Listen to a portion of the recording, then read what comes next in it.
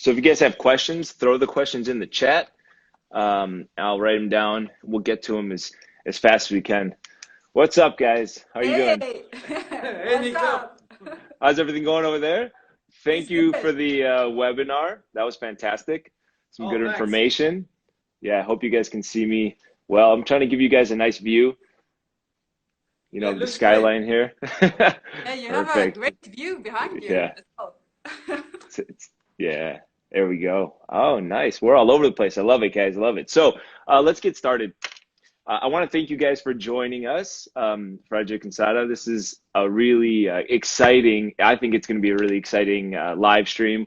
We have the opportunity to discuss flywheel training with two of the most premier experts in the field. We have Fredrik, who is the co-founder and CEO of Exxentric. If you guys don't know, Fredrik can deadlift a Mini Cooper, and he just took third in the world in his A's division. And Sara, who's the lead sales in Sweden, sales manager, and she has been top 15 in the world in the IFBB Bikini Pro, something I am aspiring to do as well, the Bikini Pro side of things. So today I wanted to get you guys on the call because we have some general questions that we're getting with my clients and in the IgniteX program that we're doing with our general fitness classes, specifically using the Flywheel device in these classes versus traditional barbells and dumbbells. And I wanted to answer some of those questions live on IG so that we can get some interaction with some of the population around here and around the world. We'll start with some of the basic questions. We have 4 basic questions that I've heard on almost a daily basis about asking about Flywheel and how it can be incorporated not only into fitness at the gym, at home, personal trainers can incorporate it, but also, you know, what the basics around it are and how that can be compared to your traditional barbells and your traditional strength training as well. So I wanted to start with the first question that I received, and that's one of the questions that I have to answer on a daily basis when talking to new clients about flywheel training, because for us this is something that's, you know, revolutionary, very new. So, and I'm one of the I would say one of the only people in the area that I'm in Chicago that has used flywheel before. So one of the first questions that I wanted to ask to you guys, and if you guys can give me a basic understanding of just what is flywheel training and what are the benefits of flywheel training in general. I'll throw it to you guys. Okay, so we distributed the workload here a little bit, so I'm going to do mainly the talking, and Sarah's going to show you some of the practical stuff here during the stream. So going back to your question, I mean, so that's a really good one. I mean, what are the benefits? Are there any benefits? If there aren't, then why should I do it? So flywheel, first off, you accelerate the flywheel, you're not lifting a weight. So that's the main thing you're doing. And the thing is that the flywheel doesn't want to be accelerated. So it will try to resist being accelerated. So the stronger you are or the harder you pull, the more it will resist. And then in the end, when you come to the end of the motion, you accelerated the flywheel, you run out of dry belt. It's going to pull you down with the same amount of energy that you pulled in. So you can never win. You're fighting yourself. So it means that you can basically train close to your max, rep by rep, set after set. And when you fatigue, you will pull less. So the flywheel will resist less. So you can work maximally in a very safe way and hit those zones that is really tough, especially if you're not like a pro athlete. I mean, getting into that zone, getting under a very heavy bar, really pushing yourself, can be a little bit intimidating when it comes to compound movements and weights. But here it's very safe, so it's very easy to hit those spots.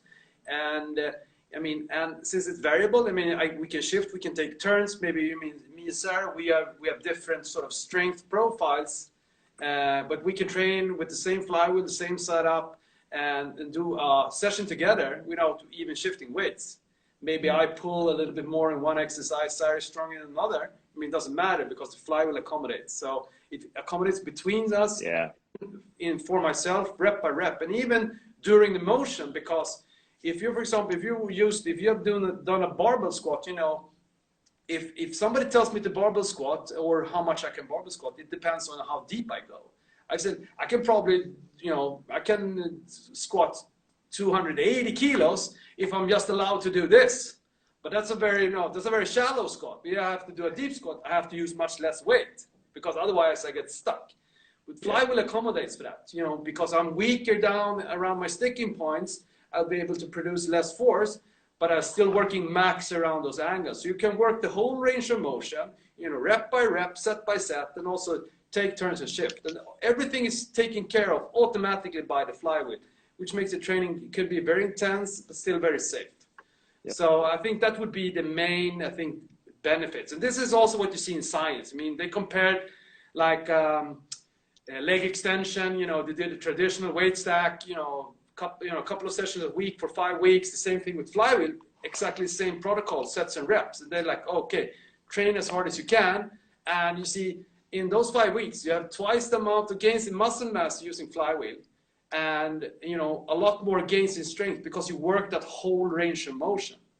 So it's a very big, so getting stronger, I think Flywheel is a really big benefit to have in your program. Yeah. Yeah. To add to that, the program that we've developed here and using Flywheel in our general fitness program, it's a class-based, if you guys don't know, it's a class-based system where we do high intensity training and we use Flywheel training as our main source of resistance training. It has given me the opportunity to create the biggest range of fitness users that I can think of. I have, you know, guys that are elite level athletes doing the same class that I have my parents in. And, you know, that range of elite level to seniors, you know, 65 and plus and masters athletes gives me as a coach and in that general fitness realm, the opportunity to create really specific programs in a general setting. And it's really cool to be able to use, like you said, the versatility and the variability in each rep, and two people that are completely different fitness levels can do the same workout. In addition to that question, the key benefits and the scalability of it is, what do you think in terms of performance and in terms of general fitness? Is this a really good versatile tool to have, you know, at home? Is it good to have, and this is one of the questions that we get, is it good to have in the gym? Do I need to do it on a daily basis? So the benefits of Flywheel training at home or in the gym, and the comparison between the two. So, I mean, you could definitely have it in your home. And I see if you want to, you can, of course, use it every day. I mean, you can break down the training into smaller portions. So you work a part of the body one day and maybe the next, maybe you do smaller, you know, fairly intense sessions, but maybe shorter. So, I mean, you can use it every day, but you can also use it in more a traditional sense. So you do a little bit of, you know, higher volume, more sets and reps and exercises, maybe cover more of your body in one session, maybe take 1 or 2 days off the strength training and do other stuff if you want to do cardio training, or, you know, spend time on the golf course and do other stuff. So, I mean, depends. I mean, you can see it as sort of any strength training tool in that sense. I mean, you can program slightly different, but I think, you know, having as long as you have, it's like the overall goal is, you know, the overall goal is important. Where do you want to spend your time? If you just want to check it off the list, like the doctor told me I need to be stronger because I have this back issue, or I'm feeling I started losing muscle mass. Like when you come to the age of like 50, 55, and you start losing muscle mass. If you don't train, you're going to lose muscle mass. So 10 years later, you lost maybe 20, 30% of your muscle mass just by getting older. I mean, even if you're active to the same degree, you're walking, you're moving, you do stuff, you lose muscle mass. You have to be active I mean, so maybe it's just checking off. I don't want to lose muscle mass. So it's like brushing your teeth. I'm just doing this so I don't end up here. I mean, that's one type of program. And it could be also, I want to be bigger, stronger. I want people to see that I'm strength training. Yeah, you can do that too. So, but using a coach, I mean, attending one of your classes, I mean, and you or read up a little bit on how to use it yourself. I mean, it could definitely be used as that, you know, in home or in the gym. Yeah, Great. But a lot of people, you know, a lot of coaches come to me and they get this tool Yeah. and they're like, oh, the K-Box is almost like magic. I see all these, like, we have the much less injuries, or my athletes perform better. And so they consider the tool almost to be magic. And I, on the other hand, say like, no, it's only a tool. It's the application that is the magic. And I think if you know what to do, I mean, get help from a coach, from a trainer, from us, you know, to find your, like, a program that aligns with your goals. I think the K-Box can help you come closer to it. But the magic is in the application. Yeah, definitely. So moving on to our third question that we had so far is the comparison between flywheel training and traditional barbell training. We actually just had a question that popped in on the comments. Sorry, real quick, guys, feel free to throw those questions in there. Let us know where you're coming from. If you're just joining us, hop on, tell us where you're from, and then ask any questions you might have. I'm just writing them all down here. So question 3 was comparison between flywheel training and traditional strength training or traditional weights, as we see gravity-based training. If you can give us a little bit of, like, you know, what are the differences, but then also some of the research that shows the benefits versus traditional weights to flywheel. Yeah, I mean, still flywheel training, I mean, to some extent, it's sort of new. I mean, the first publication I found is from 1924. So that aspect is almost 100 years old. So it's not new. I mean, flywheel is not new as a concept. I mean, James Watt's steam engine had a flywheel. We see it in a lot of mechanical designs. Car has it. I mean, so it's a mechanical thing that we use in many other applications. But in training, it's kind of new, sort of resurfaced in the 90s because of training in space, because it works in microgravity up in space. And that's, you know, when researchers start looking into it, but it was solely on like an astronaut perspective, how to train in space.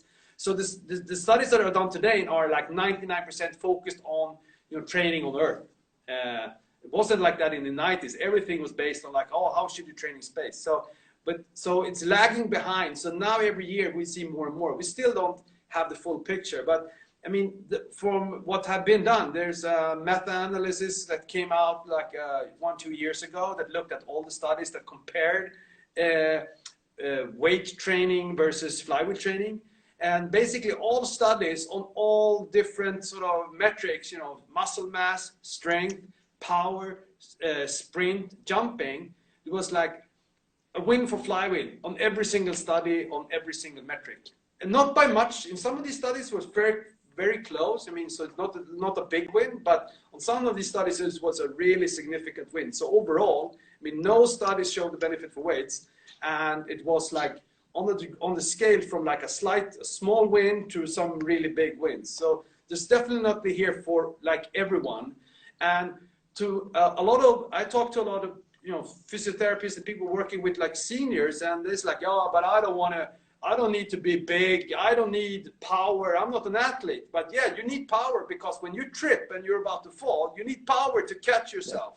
And if you don't want to break break the hip and end up, you know, being almost disabled, or at least for a long period of time, and lose huge amounts of muscle mass during that time, you need power. I mean, even if you're in your 70s, you want power, because when you trip, you need that power.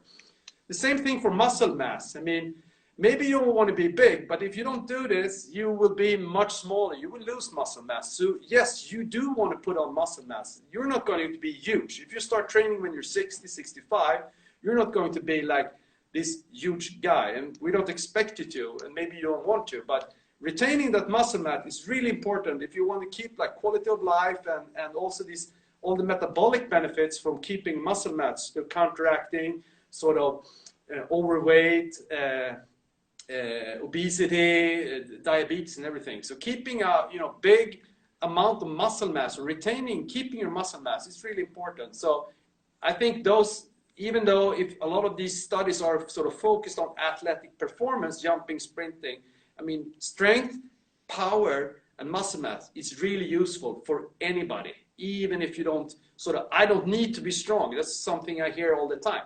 I don't need to be strong. Okay, now you're 30 or you're 40 now, you're 45. But getting up from a chair when you're 75 and you realize I can't get up from the chair and from the bed without using my arms, or I need help. that's because you lost strength. So yes, you will need strength. You're not feeling it today, but you will feel it. So I think, and that's, the whole range and everybody in between. Athletes obviously need power and strength and maybe some muscle mass and everybody in between. But even those that, so I would say that is really interesting data for all of you that just want to be healthier. Yeah, that's very true. And in addition to that, this next question leads into that, where flywheel training, is it more effective for strength training for the general fitness population? I've converted, and I guess I'll field this question if you guys are okay with that. I converted essentially my studio and all my personal training clients to flywheel training because most of my clients are in the range of 45 to 65 years old, and they're looking for not specific high-end performance gains, but we're looking for general fitness and keeping and maintaining the strength, like you said.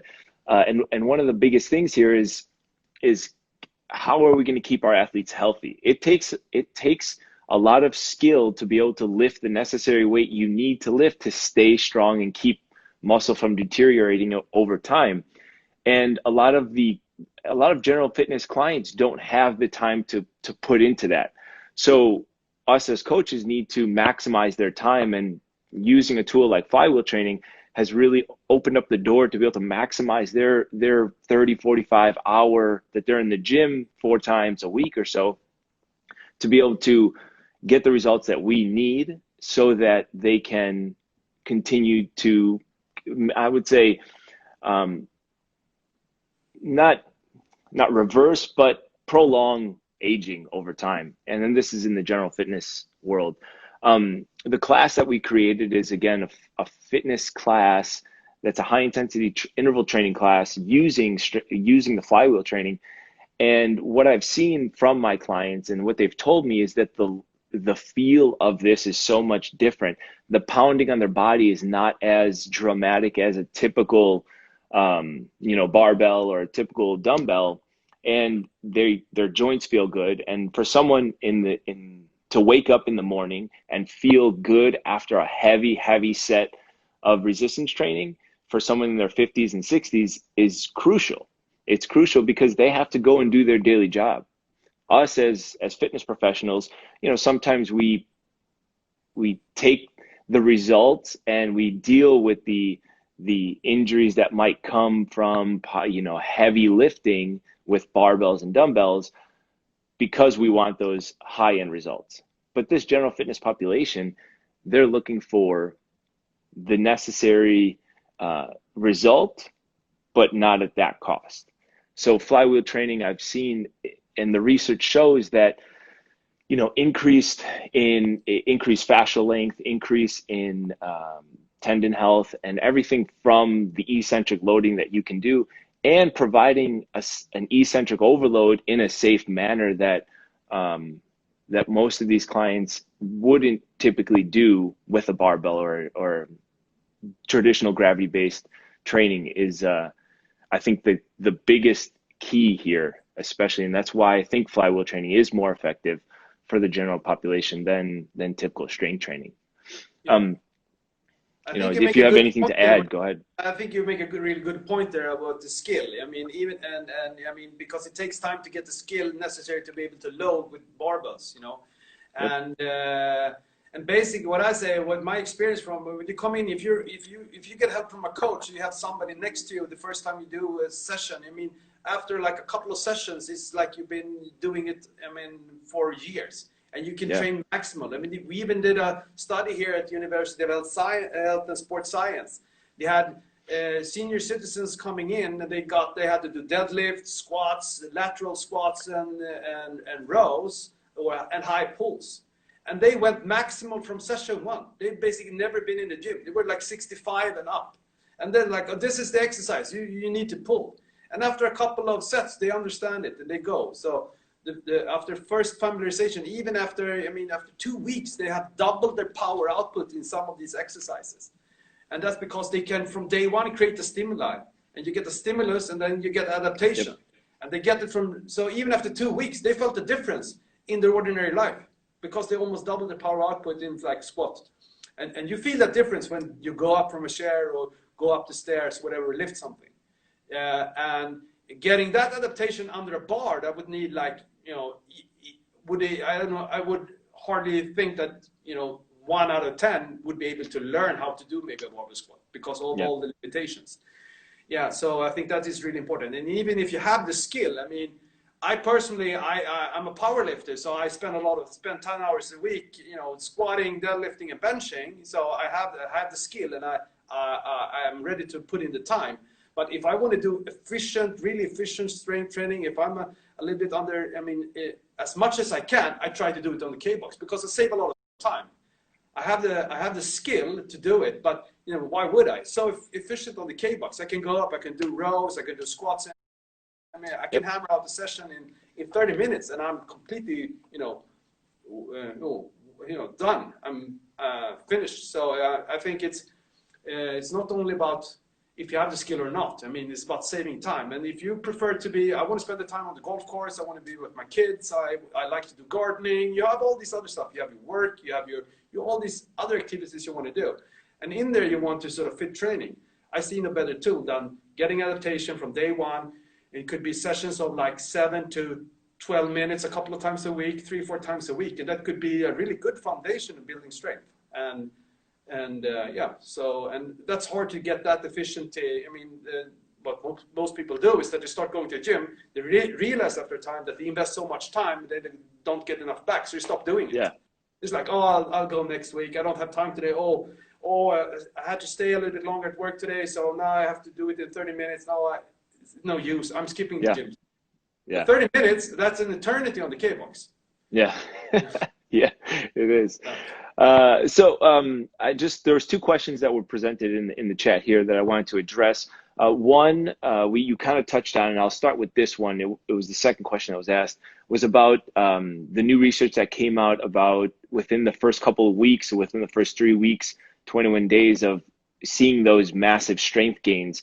Can you, and I can't think off the top of my head which article was posted, which research article was posted in 2018 stating that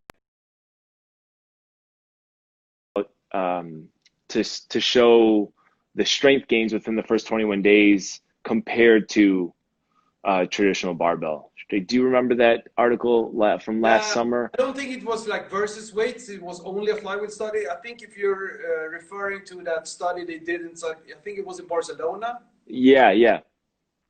So basically I think they did like half squats or parallel squats or something on the K-box, maximal squats, reps of, 5-6 reps maximal, 5 sets or something. I don't remember the details, but they did it like 3 times a week or something over a very short period of time. And they wanted to track, and they saw a really, extreme improvement. I think they put on like 8% increases in muscle mass in the quads or something, which is sort of world record. It's like unparalleled. If you look, I mean, for somebody to put on that amount of muscle mass in 5 weeks, it's like you would expect from a training study to see maybe 2% or 1% or something. So that was really extreme. So I don't know exact details, but they did squats, and and it was like, they measured like basically from every session to track. And that's something we've seen much earlier on too, when you both look at muscle mass gains, but also look at factors in the muscle that tells you that this muscle is about to grow. You can do a session and sort of track the sort of DNA programming, how the cell reacts. So like, okay, this cell has sort of reprogrammed to start growing. When they compared weights versus flywheel, you can see that that type of activity in muscles are seen much earlier when you start with a flywheel training protocol versus a weight protocol. And to a large extent, that is that skill factor. You're not able to load enough with weights, but the flywheel is quite heavy. And also that the variable resistance, you work over the whole range of motion. So that's also a big difference. I mean, not just working around your sticking point. And squat is a good example. If you do a squat, even if you know how to do a barbell squat, you're going to load after your weakest position, because if I add more weight, I won't get past. I will get stuck in that deep position. So I need enough load to be able to pass that sticking point. And so I train maximal around that point, and when I come up of the squat, I'm basically sort of sub-maximally loaded, because when I come up here, I could actually have more weight on. So I don't have a really super strong stimulus except around the sticking point. So, and if you look at the squat with all these muscles working together in the squat, they're not working like 80% or 100% all the time. They take turns. So maybe the quads are more active here, the glutes are more active here, the hamstrings are more active here. So if you're just working maximal in one part of motion, you're going to work those muscles that are active around those angles. Yep. And that's why you see for all these studies, for example, squats, you see a full range of motion squats is better than doing half squats if you're doing like for muscle mass, because you train more of the individual muscles. You force them all to work if you do the whole range of motion. Yeah. And then with Flywheel on top of that, you also add that they all work maximal all through the range of motion.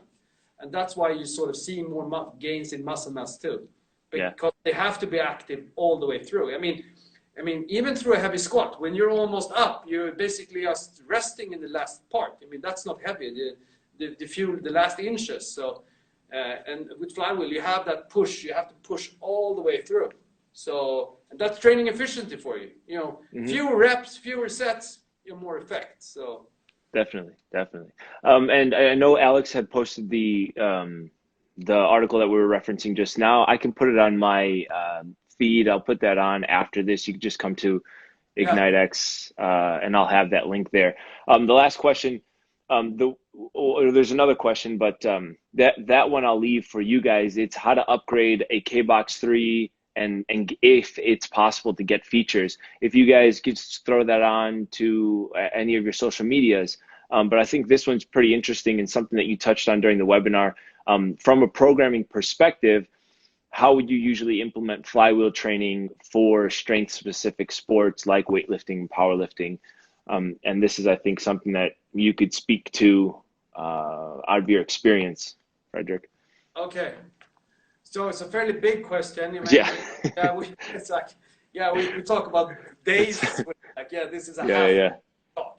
But first of all, what we think, first of all, I have a bias because I have a philosophy how to build strength. Some people are working more with volume work, more sub-max and adding more volume. Some people tend to go with higher loads and more high quality, but in the end, they might sort of improve their strength as much. So a little bit, and also how you progress and periodize. Are you doing it in blocks? Are you doing daily undulating protocols? All this type. Or are you doing a lot of complementary work? Or do we focus on the main skill? Do I focus a lot on the squat? Or do I actually do a lot of, accessory exercises around the squat and maybe do less of squatting? So all of this, we all have our different philosophies as coaches or practitioners. So, and then looking at the subjects, they have different training age, different skill, and maybe, when it comes to squatting, for example, if you have your limbs, arms length, leg length, and all this like sort of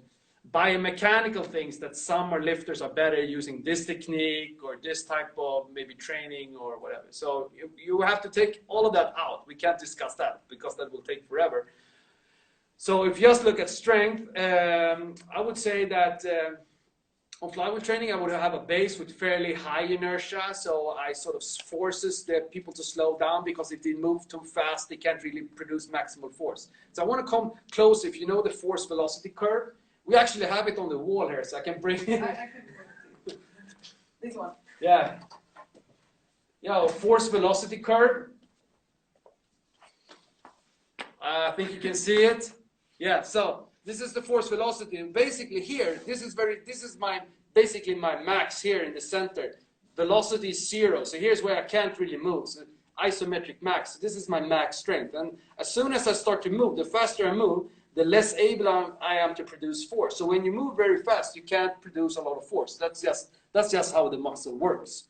So I want to put people here in this zone. So maybe we can get rid of this now, but I want to put people in this zone to get, use a lot of muscle fibers, can create a lot of tension, activate a lot of fibers. So I want to use a little bit. So the base in my training will probably be towards a little bit more inertia. It's a little bit slower. And then obviously I'll maybe reduce the reps a little bit, because it will be very fatiguing, hard to get really high quality.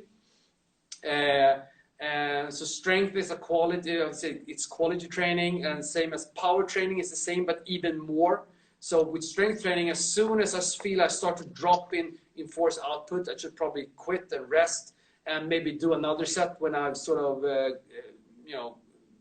had a couple of minutes if I'm really working that. Because it's quality training. It's not just pumping, sets and reps. Different from muscle mass. Then it's more about the total work I need to accumulate to do sets and reps. But strength is quality. So take the rest, go with fairly high, high force. If you're not able to produce that, quit or move on next exercise or take a longer rest. Power even more so. I mean, very intense, short period of time, long rest, so you can really work that quality aspect of it. So I think that would be the base. But of course, even those athletes might need a little bit more accessory work, some volume work, because you can only grow your strength to a certain degree. Maybe you want to put on some muscle mass too. So long term, you should probably bring in some of that other training too, to build some mass and foundation, be stronger and more powerful. So I don't know if that was a short answer, but to me it's a short answer. You can discuss it forever, but a little bit more in definitely. So in addition to that, we have a couple more questions. Are you available to answer them, or should we take those questions and just put them on our media and we can send those out? I think, theoretical or practical, if you want us to show anything or do some examples, I don't know.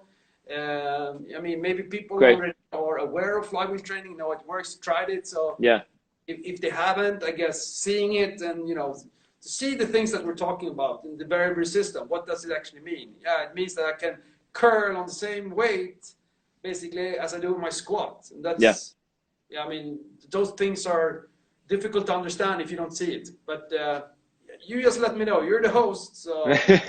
So I think we're getting into really specific on flywheel training in adaptations into sport specific stuff. And I know a lot of the people using flywheel training right now are focused on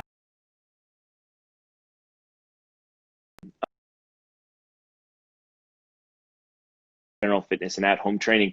But through this conversation, you see that the box itself and the device itself is so versatile that it can be used for everything from general fitness all the way into elite athletes. One of the questions that popped up here is the effects of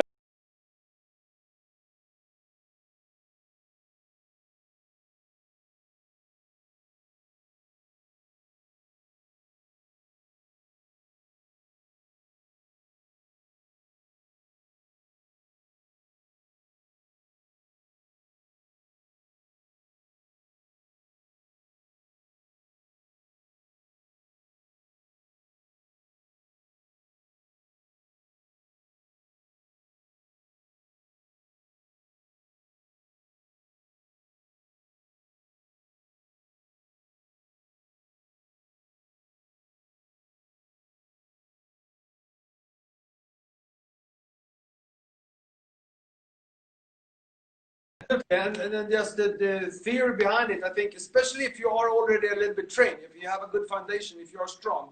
We see a lot of athletes, I mean, this is shown in tons of studies, that you take pretty, athletic, strong athletes and you strength train them, and they increase their squat, they increase, all these numbers, they deadlift more, they squat more, but then you take them off jumping, sprinting, and nothing happens.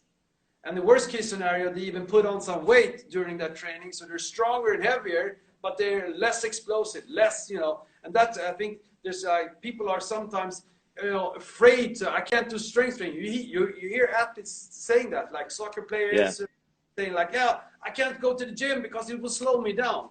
Because you trained the wrong way. I think, and especially if you're already strong, if you want to put on strength that really turns into performance, I think the overload training is super important to get into that zone where you have to absorb that super maximal power, because that will work your type 2 fibers and type 2X fibers, completely different activation in the neural system, and also very something that's applied all the time in sports. Change of direction. You're moving one way, you absorb that, your own energy. You're moving, you have to absorb it and push off. and be able to harness all that energy and push off in another way. Jumping, sprinting is the same. You have these contact forces against the ground. So being able to handle those forces are super important. So I think that the eccentric overload is super important. Yep. If you want to improve your performance, especially if you already have a good foundation. So, and that's why we see a lot of good results from already really trained athletes. They are strong, they're ripped, basketball players, whatever, they're already strong, but already after a couple of weeks, they feel the difference from coming on to Flywheel training. Yeah. And it's like, oh, suddenly I come a little bit, I can jump a little bit higher, I can sprint a little bit faster. It's like unlocking that neural system. So real quick to add to that before as you guys are getting set up, that eccentric overloading in the general fitness realm, and as we get into masters, we think about, like you mentioned earlier, that slipping on ice and having to stop that force or stepping down a step, any of those things that we can apply in a very controlled manner to the general population and the masters athletes. That's something that's a necessity for them too. You know, just because they're not high-end athletes doesn't mean that these people don't need that either. So again, the versatility of the box is shown by being able to train that aspect of fitness that we don't get on a day-to-day basis with masters athletes, or just masters clients, senior citizens, and the general population is remarkable. And you could see it with a very controlled and safe. With the multiple variation, let's say we want to do it like side to side, to do like a single leg variation, we can do a deep squat and then catching it a little bit more on the left leg, more on the right leg, to mimic like falling to the side or more change of directions like on the soccer field or stuff like that.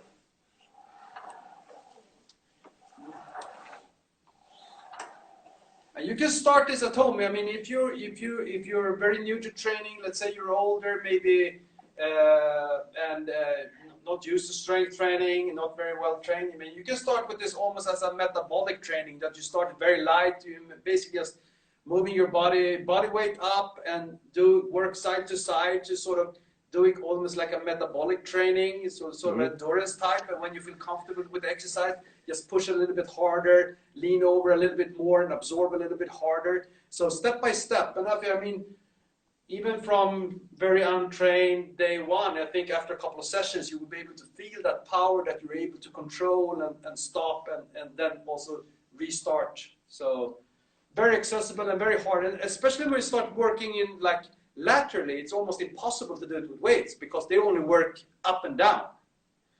It's very hard to do like a pushing movement if I want to push from one side to another and all that stuff. So that's also how the versatility of the K-box, because we can take out, for example, we can do a row. Yeah, so now we're going to show you another exercise just to show how we can use a different angle. So we don't have to just go up and down. So, and especially for a leg exercise, it's almost impossible to do this type of lateral loading in the gym with weights. Yep. So just do a row. And you step out a little bit so we can see that you get an angle here. So now we get a nice angle up here. Perfect, almost like a seated row. So you can sit down into the exercise and pull and get this lateral pull. Or I can also stand. Yeah, exactly. Really nice to add some more core activity, And same here, when it's on step 2, when this looks good, super easy to overload. She can push off a little bit with the legs and on the way up, and then on the way down, only absorb with the core and the back to overload the back. So it has to absorb a little bit more than it actually can pull because she uses a leg on the way up. And basically anyone can do it. Give a couple of sessions in when you understand the device and get used to exercises. So, you can scale and all these variations of exercises and loading types so. Great. So to close out, I don't want to keep you guys. There's been a couple more questions about like post-activation potentiation and how that integrates. I know that there are several articles already posted on your website, and I would refer to the website to see those. The last, I think this is kind of interesting. It's the last question is what's on the forefront. Let me see. We've had a lot of questions here. essentially what's on the dock for Exxentric and what is the next thing that you guys come. I know this is top secret stuff. If you could give us anything, if you could give us anything okay, about promise not what to tell you guys anyone. have. We're developing, sorry, can't tell you. But yeah, I can tell you we're working hard on. I mean, of course, we get tons of feedback. We use our products ourselves all the time. We have users who talk. I mean, our existing products, so we spend a lot of time refining them, perfecting them, changing them. Could be anything from color to durability to better manuals and guides and all that stuff. So, I mean, so we put a lot of energy into perfecting the tools that we already have. But of course, I mean, on the other side of this wall, there's a couple of really interesting devices and setups. So, I mean, yeah.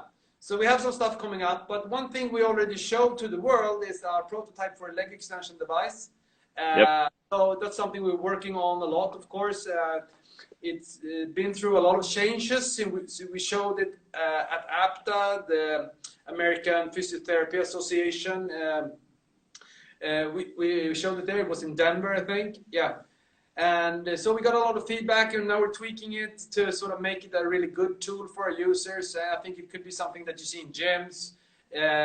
Not maybe a lot of home users will have a leg extension, but yeah, I mean, there may be some pro athletes or something that working around an injury will be interested in investing in that for the home gym. But in general, I think, but gyms, physiotherapists, maybe even performance, for teams, and that's something that we're definitely working on that we already showed. Of course, the app, I mean, there's tons of things that we can do the app to help you sort of program better, get better feedback, connect with other users. And so obviously we're working a lot on the app too. So beyond that, that's secrets. I tried, guys. I tried. He's not budging. So, I wanted to thank you guys. We really appreciate you taking the time to give us any of this information. We hope that you guys got the necessary information that you wanted out of this. We will definitely answer all the questions that you guys have written down in the comments box, and we'll send that out. A lot of the questions that you've answered or that you've asked can be found. The answers can be found on the Exxentric website. There's a lot of great information, articles, and anything else that you might be interested in reading about. Again, please feel free to reach out to any of us if you have any more questions. I'm based in Chicago. We're doing group fitness exclusively using the Flywheel devices. And if you guys have anything else, reach out to Exxentric. They're very good about communications with people that have questions and sending out information. Thank you guys again. You guys have anything else to add? No, yes, thanks for having us. And I think that what you're doing with Ignite X is really interesting to follow. I think anybody that's using sort of flywheel training in a group session, even if it's not for health and fitness, I mean, even if you're working with athletes, I mean, I think you can get a lot of good inspiration ideas from, because I think that's a really interesting program.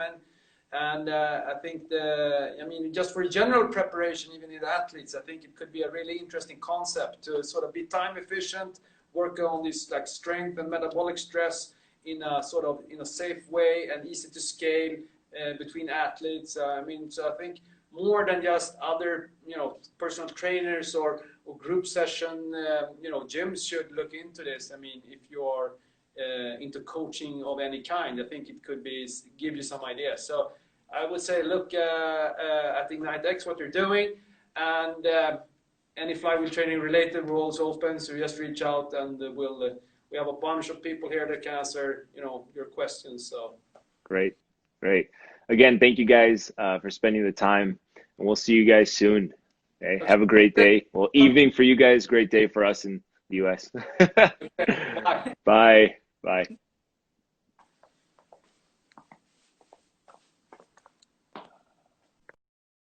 I'ma show you how to